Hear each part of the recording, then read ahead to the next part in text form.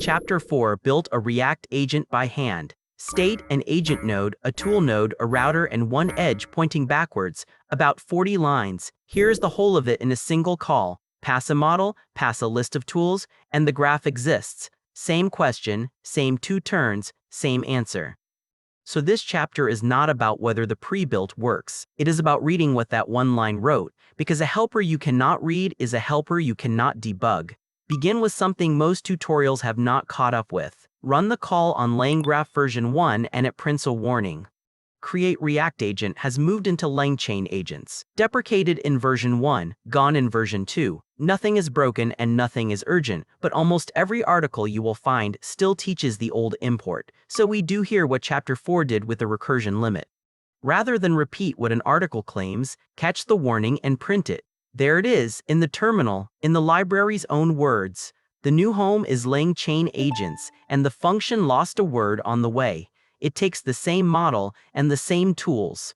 Two doorways, one graph behind them, and the graph is the part worth knowing, which is what the rest of this chapter does. Read the nodes it made, then the router it wired, and finally find the one place where what got generated is not what you wrote by hand. A pre-built is not a black box. It is a state graph like any other, and it will tell you exactly what it built if you ask it. GetGraph returns the compiled shape, nodes, edges, and which of those edges are conditional. Print that beside the graph from chapter 4 and almost everything matches. Two nodes, start into the first one, a conditional edge out of it going either to the tool node or to the end, an edge coming back. That is the loop you drew by hand, generated for you. Now look closer, because two details differ and both are worth a minute. The node is not called agent. It is called model. Rename your own node to match and the diagrams line up, which matters the day you read a trace and wonder which box is which. The second difference is sharper. Your edge from tools back to the agent was an ordinary edge. The generated one is conditional. Ask why and the answer is middleware. Something may need to end the run straight after a tool result, so the way home is a decision rather than a certainty, then the router itself. That conditional edge is not hidden. Tools condition is a function you can import and call on a plain dictionary.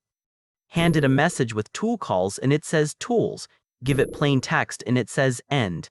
So the pre-built saved you typing, it did not save you understanding, and it did not take anything away.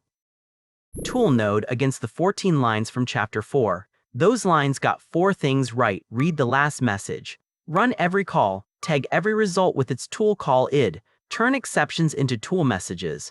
Check the first 3 and the pre-built matches.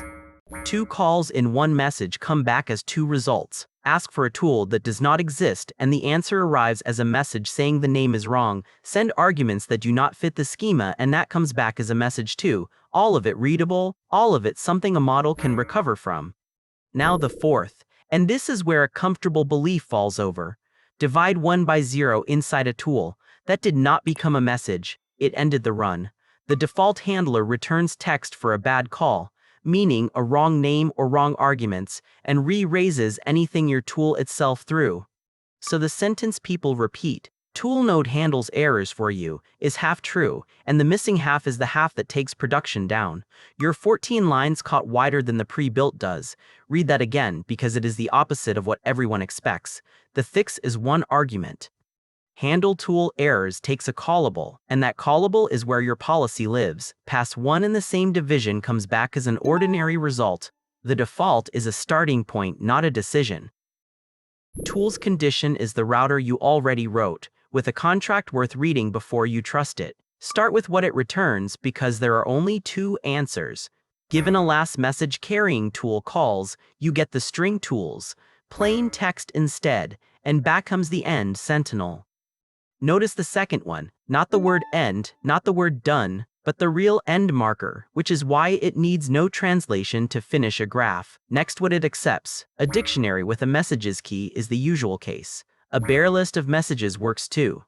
And a second argument renames the key, so a graph that calls its history chat instead of messages still routes. Those are conveniences.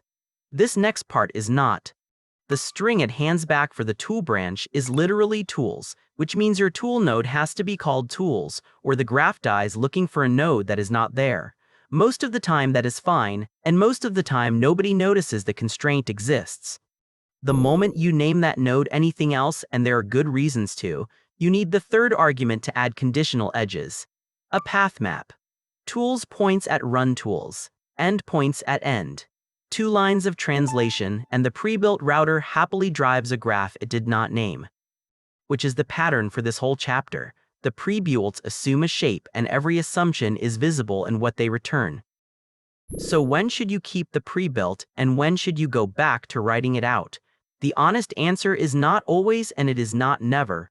There is a line, and the line is the loop. A prebuilt owns the loop. The moment you need something the loop has no slot for, you are not extending it, you are fighting it. Chapter 4's turn budget is the perfect test. Take a model that never stops asking, hand it to the pre-built, and look at what levers exist. There is exactly one: recursion-limit. Set it to 8 and the run ends the only way it can, by raising. An exception, no partial answer, nothing gathered on the way. Now the same budget wired by hand. Count turns in the state. Write a router that checks the budget first and then defers to tool's condition for everything else. Add one node that returns a real message when the budget is spent. Run it. 2 turns, then a sentence a caller can actually use. Out of turns after 2 searches. Same model, same tools, same loop shape, completely different ending. Notice what made the difference. The rule had to live inside the routing decision, and routing is precisely the part the pre-built owns. So the test is not how big your agent is.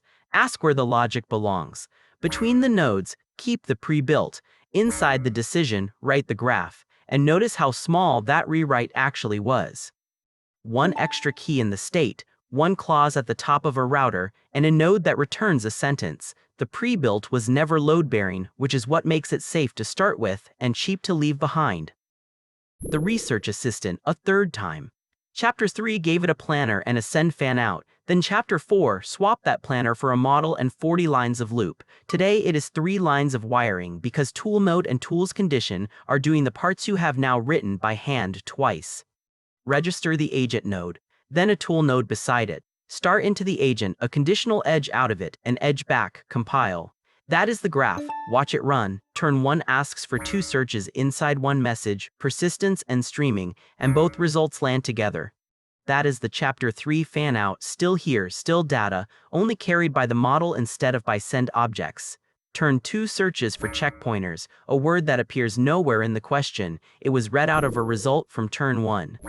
Turn 3 carries no tool calls, so the router sends it to end. 3 agent turns, 3 tool calls, 7 messages. The point is not that this is shorter than Chapter 4, shorter is easy. What matters is that you can read every line of it and say why each piece is there, which is exactly what you could not have done before building it yourself. And going live is unchanged.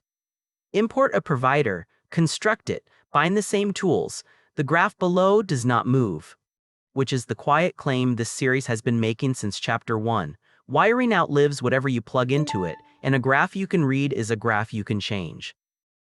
4 things to carry out of this chapter. 1. A pre-built is readable. Get graph prints the nodes and the edges it generated, and reading that is the whole difference between using a helper and trusting one. 2. What it generates is close to your hand-built graph, but not identical. The node is named model, and the way back from tools is conditional rather than plain, because middleware may need to end a run straight after a result. 3. ToolNode gets 3 of the 4 details right and the 4th one wrong for your purposes. Bad names and bad arguments come back as messages, while an exception thrown inside your tool is re-raised and ends the run. Handle tool errors is where that policy belongs.